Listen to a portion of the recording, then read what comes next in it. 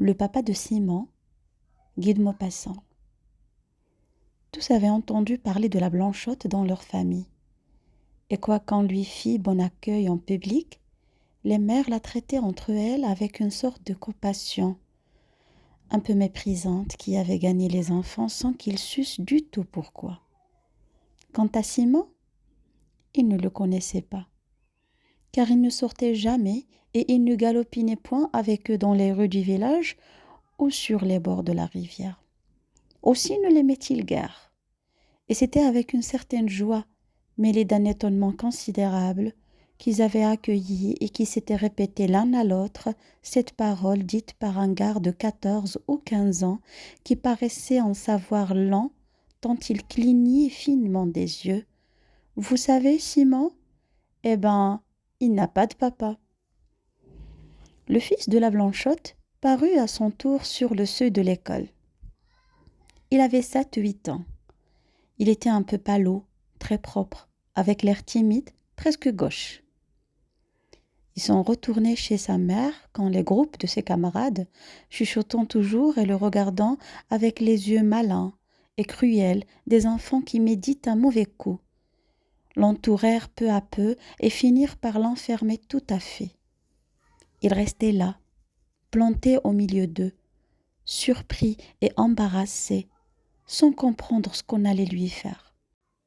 Mais le gars qui avait apporté la nouvelle, enorgueilli du succès obtenu déjà, lui demanda « Comment t'appelles-tu, toi ?»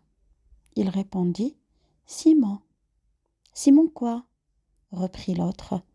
L'enfant répéta tout confus « Simon. » Le gars lui cria « On s'appelle Simon quelque chose. C'est pas un nom ça, Simon. » Et lui, prêt à pleurer, répondit pour la 3e fois « Je m'appelle Simon. » Les galopins se mirent à rire. Le gars triomphant éleva la voix. « Vous voyez bien qu'il n'a pas de papa. » Un grand silence se fit. Les enfants étaient stupéfaits par cette chose extraordinaire, impossible, monstrueuse. Un garçon qui n'a pas de papa. Ils le regardaient comme un phénomène, un être hors de la nature. Et ils sentaient grandir en eux ce mépris, inexpliqué jusque-là, de leur mère pour la Blanchette. Quant à Simon, il s'était appuyé contre un arbre pour ne pas tomber, et il restait comme atterré par un désastre irréparable. Il cherchait à s'expliquer, mais il ne pouvait rien trouver pour leur répondre, et démentir cette chose affreuse qu'il n'avait pas de papa. Enfin, livide, il leur cria à tout hasard « Si, j'en ai un !»« Où est-il ?» demanda le gars. Simon se tut. Il ne savait pas. Les enfants riaient, très excités, et ces fils des champs, plus proches des bêtes, éprouvaient ce besoin cruel qui pousse les poules d'une basse-cour à achever l'une d'entre elles aussitôt qu'elle est blessée. Simon avisa tout à coup un petit voisin, le fils d'une veuve, qu'il avait toujours vu comme lui-même, tout seul avec sa mère. « Et toi non plus, dit-il, tu n'as pas de papa. »« Si, répondit l'autre, j'en ai un. »« Où est-il » riposta Simon. « Il est mort, déclara l'enfant avec une fierté superbe. « Il est au cimetière, mon papa. » Un murmure d'approbation courut parmi les garnements, comme si ce fait d'avoir son père mort au cimetière eût grandi leurs camarades pour écraser cet autre qui n'en avait point du tout. Et ces poulissants, dont les pères étaient, pour la plupart, méchants, ivrognes, voleurs et durs à leurs femmes, se bousculaient en se serrant de plus en plus, comme si eux, les légitimes, eussent voulu étouffer dans une pression celui qui était hors la loi. L'un, tout à coup, qui se trouvait contre Simon, lui tira la langue d'un air narquois et lui cria « Pas de papa, pas de papa !» Simon le saisit à 2 mains aux cheveux et se mit à lui cribler les jambes de coups de pied, pendant qu'il lui mordait la joue cruellement. Il se fit une bousculade énorme. Les 2 combattants furent séparés, et Simon se trouva frappé, déchiré, meurtri, roulé par terre, au milieu du cercle des galopins qui applaudissaient. Comme il se relevait, en nettoyant machinalement avec sa main sa petite blouse toute sale de poussière, quelqu'un lui cria: Va le dire à ton papa. Alors il sentit dans son cœur un grand écroulement. Ils étaient plus forts que lui. Ils l'avaient battu, et il ne pouvait point leur répondre, car il sentait bien que c'était vrai qu'il n'avait pas de papa. Plein d'orgueil, il essaya pendant quelques secondes de lutter contre les larmes qui l'étranglaient. Il eut une suffocation, puis sans cri, il se mit à pleurer par grands sanglots qui le secouaient précipitamment.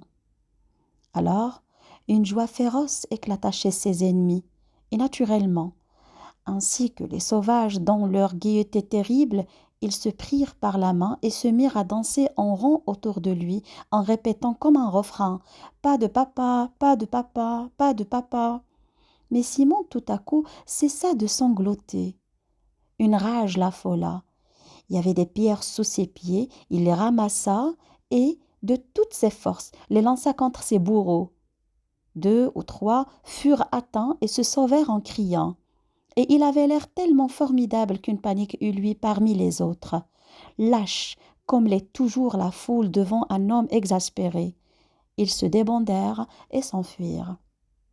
Resté seul, le petit enfant sans père se mit à courir vers les champs, car un souvenir lui était venu qui avait amené dans son esprit une grande résolution. Il voulait se noyer dans la rivière. Il se rappelait en effet que, 8 jours auparavant, un pauvre diable qui mendiait sa vie s'était jeté dans l'eau parce qu'il n'avait plus d'argent. Simon était là lorsqu'on le repêchait, et le triste bonhomme, qui lui semblait ordinairement lamentable, malpropre et laid, l'avait alors frappé par son air tranquille, avec ses joues pâles, sa longue barbe mouillée et ses yeux ouverts, très calme. On avait dit alentour: « Il est mort ». Quelqu'un avait ajouté: « Il est bien heureux maintenant ». Et Simon voulait aussi se noyer parce qu'il n'avait pas de père, comme ce misérable qui n'avait pas d'argent. Il arriva tout près de l'eau et la regarda couler. Quelques poissons folâtraient, rapides, dans le courant clair, et par moments faisaient un petit bond et happaient des mouches voltigeant à la surface. Il cessa de pleurer pour les voir, car leur manège l'intéressait beaucoup. Mais parfois, comme dans les accalmies d'une tempête, passent tout à coup de grandes rafales de vent qui font craquer les arbres et se perdent à l'horizon. Cette pensée lui revenait avec une douleur aiguë. Je vais me noyer parce que je n'ai point de papa. Il faisait très chaud, très bon. Le doux soleil chauffait l'herbe. L'eau brillait comme un miroir, et Simon avait des minutes de béatitude, de cet alanguissement qui suit les larmes, où il lui venait de grandes envies de s'endormir là, sur l'herbe, dans la chaleur. Une petite grenouille verte sauta sous ses pieds. Il essaya de la prendre, elle lui échappa. Il la poursuivit et la manqua 3 fois de suite. Enfin, il la saisit par l'extrémité de ses pattes de derrière, et il se mit à rire en voyant les efforts que faisait la bête pour s'échapper. Elle se ramassait sur ses grandes jambes, puis d'une détente brusque, les allongeait subitement, roide comme 2 barres, tandis que l'œil tout rond avec son cercle d'or, elle battait l'air de ses pattes de devant qui s'agitaient comme des mains. Cela lui rappela un joujou fait avec d'étroites planchettes de bois clouées en zigzag les unes sur les autres, qui, par un mouvement semblable, conduisait l'exercice de petits soldats piqués dessus. Alors, il pensa à sa maison, puis à sa mère, et pris d'une grande tristesse, il recommença à pleurer. Des frissons lui passaient dans les membres. Il se mit à genoux et récita sa prière comme avant de s'endormir. Mais il ne put l'achever, car des sanglots lui revinrent si pressés, si tumultueux, qu'ils l'envahirent tout entier. Il ne pensait plus, il ne voyait plus rien autour de lui, et il n'était occupé qu'à pleurer. Soudain, une lourde main s'appuya sur son épaule et une grosse voix lui demanda: « Qu'est-ce qui te fait donc tant de chagrin, mon bonhomme ?» Simon se retourna. Un grand ouvrier qui avait une barbe et des cheveux noirs tout frisés le regardait d'un air bon. Il répondit avec des larmes plein les yeux et plein la gorge. Ils m'ont battu parce que je n'ai pas de papa. Pas de papa. Comment? Dit l'homme en souriant.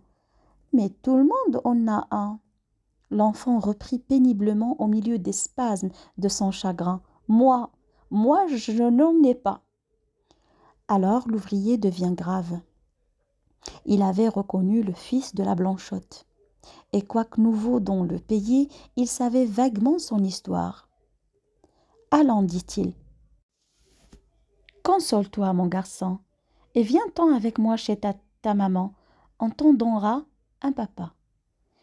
Ils se mirent en route, le grand tenant le petit par la main, et l'homme souriait de nouveau, car il n'était pas fâché de voir cette Blanchotte, qui était, comptait-on, une des plus belles filles du pays, et il se disait peut-être, au fond de sa pensée, qu'une jeunesse qui avait failli pouvoir bien faillir encore. Ils arrivèrent devant une petite maison blanche, très propre. « C'est là, dit l'enfant, et il cria « Maman !»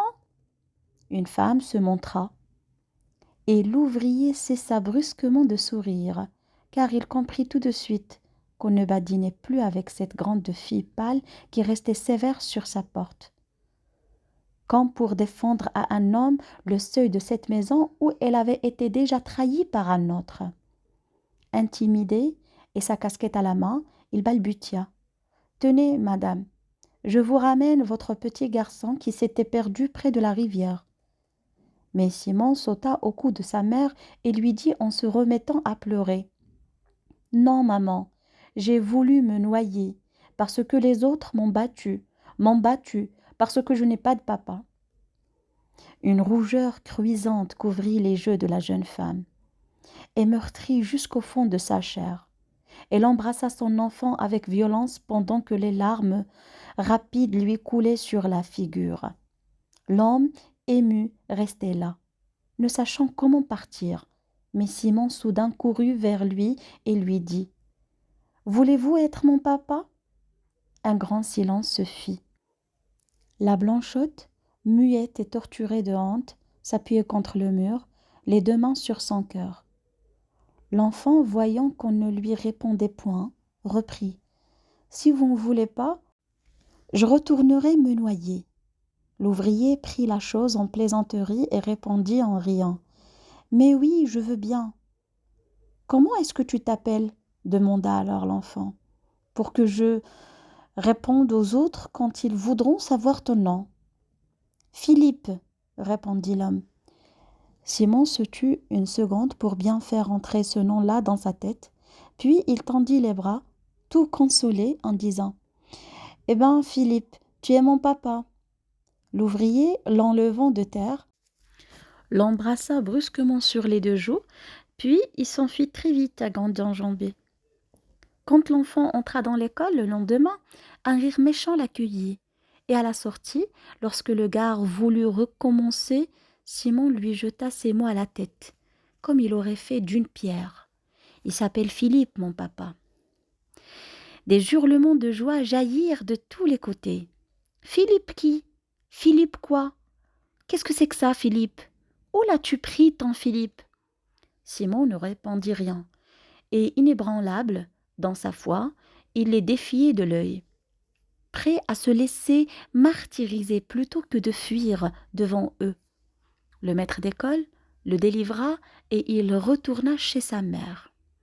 Pendant 3 mois, le grand ouvrier Philippe passa souvent auprès de la maison de la Blanchotte, et quelquefois il s'enhardissait à lui parler lorsqu'il la voyait cousant auprès de sa fenêtre, et lui répondait poliment, toujours grave, sans rire jamais avec lui, et sans le laisser entrer chez elle.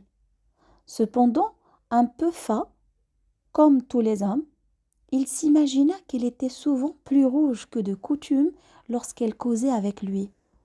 Mais une réputation tombée est si pénible à refaire et demeure toujours si fragile que, malgré la réserve ombrageuse de la Blanchotte, on jasait déjà dans le pays.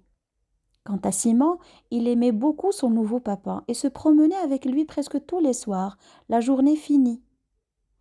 il allait assidûment à l'école et passait au milieu de ses camarades fort dignes, sans leur répondre jamais.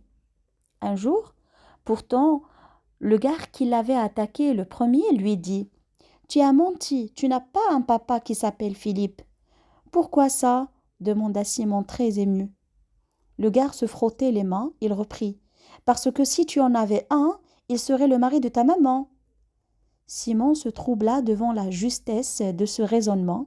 Néanmoins, il répondit: C'est mon papa, tout de même. Ça se peut bien, dit le gars en ricanant, mais ce n'est pas ton papa tout à fait. Le petit à la blanchette courba la tête et s'en alla rêveur du côté de la forge au père Loison, où travaillait Philippe. Cette forge était comme ensevelie sous des arbres. Il y faisait très sombre. Seule la lueur rouge d'un foyer formidable éclairé par grands reflets 5 forgerons aux bras nus qui frappaient sur leurs enclumes avec un terrible fracas. Ils se tenaient debout, enflammés comme des démons, les yeux fixés sur le fer ardent qu'ils torturaient, et leurs lourdes pensées montaient et retombaient avec leurs marteaux. Simon entra sans être vu et alla tout doucement tirer son ami par la manche. Celui-ci se retourna. Soudain, le travail s'interrompit, et tous les hommes regardèrent, très attentifs. Alors, au milieu de ce silence inaccoutumé, monta la petite voix frêle de Simon.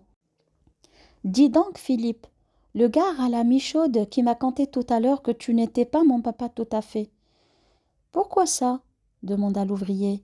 L'enfant répondit avec toute sa naïveté: « Parce que tu n'es pas le mari de maman. » Personne ne rit. Philippe resta debout, appuyant son front sur le dos de ses grosses mains que supportait le manche de son marteau dressé sur l'enclume. Il rêvait. Ses 4 compagnons le regardaient, et tout petit entre ces géants, Simon, anxieux, attendait. Tout à coup, un des forgerons, répondant à la pensée de tous, dit à Philippe: « C'est tout de même une bonne et brave fille que la Blanchotte, éveillante et rangée malgré son malheur, et qui serait une digne femme pour un honnête homme. » « Ça, c'est vrai, » dirent les 3 autres. L'ouvrier continua: « Est-ce sa faute à cette fille si elle a failli? On lui avait promis un mariage, et j'en connais plus d'une qu'on respecte bien aujourd'hui et qui en a fait tout autant. »« Ça, c'est vrai, » répondirent en chœur les 3 hommes. Il reprit: « Ce qu'il a peiné, la pauvre, pour élever son gars toute seule, et ce qu'il a pleuré depuis qu'il ne sort plus que pour aller à l'église, il n'y a que le bon Dieu qui le sait. » « C'est encore vrai, » dirent les autres. Alors, on n'entendit plus que le soufflet qui activait le feu du foyer. Philippe, brusquement, se pencha vers Simon. « Va dire à ta maman que j'irai lui parler ce soir. » Puis, il poussa l'enfant dehors par les épaules. Il revint à son travail et, d'un seul coup, les 5 marteaux retombèrent ensemble sur les enclumes. Ils battirent ainsi le fer jusqu'à la nuit, forts, puissants, joyeux comme des marteaux satisfaits, mais de même que le bourdon d'une cathédrale résonne dans les jours de fête au-dessus du tintement des autres cloches. Ainsi le marteau de Philippe, dominant le fracas des autres, s'abattait de seconde en seconde avec un vacarme assourdissant. Et lui, l'œil allumé, forgeait passionnément, debout dans les étincelles. Le ciel était plein d'étoiles quand il vint frapper à la porte de la Blanchotte. Il avait sa blouse des dimanches, une chemise fraîche et la barbe faite. La jeune femme se montra sur le seuil et lui dit d'un air peiné: « C'est mal de venir ainsi la nuit tombée, monsieur Philippe. » Il voulut répondre, balbutia et resta confus devant elle. Elle reprit: « Vous comprenez bien pourtant qu'il ne faut plus que l'on parle de moi. » Alors, lui, tout à coup: « Qu'est-ce que ça fait, dit-il, si vous voulez être ma femme ?» Aucune voix ne lui répondit, mais il crut entendre dans l'ombre de la chambre le bruit d'un corps qui s'affaissait. Il entra bien vite, et Simon, qui était couché dans son lit, distingua le son d'un baiser et quelques mots que sa mère murmurait bien bas. Puis tout à coup, il se sentit enlevé dans les mains de son ami, et celui-ci, le tenant au bout de ses bras d'Hercule, lui cria: Tu leur diras à tes camarades que ton papa c'est Philippe Remy, le forgeron, et qu'il ira tirer les oreilles à tous ceux qui te feront du mal. Le lendemain, comme l'école était pleine et que la classe allait commencer, le petit Simon se leva, tout pâle et les lèvres tremblantes. Mon papa, dit-il d'une voix claire, c'est Philippe Remy le forgeron, et il a promis qu'il tirerait les oreilles à tous ceux qui me feraient du mal. Cette fois, personne ne rit plus, car on le connaissait bien, ce Philippe Remy le forgeron, et c'était un papa, celui-là dont tout le monde eût été fier.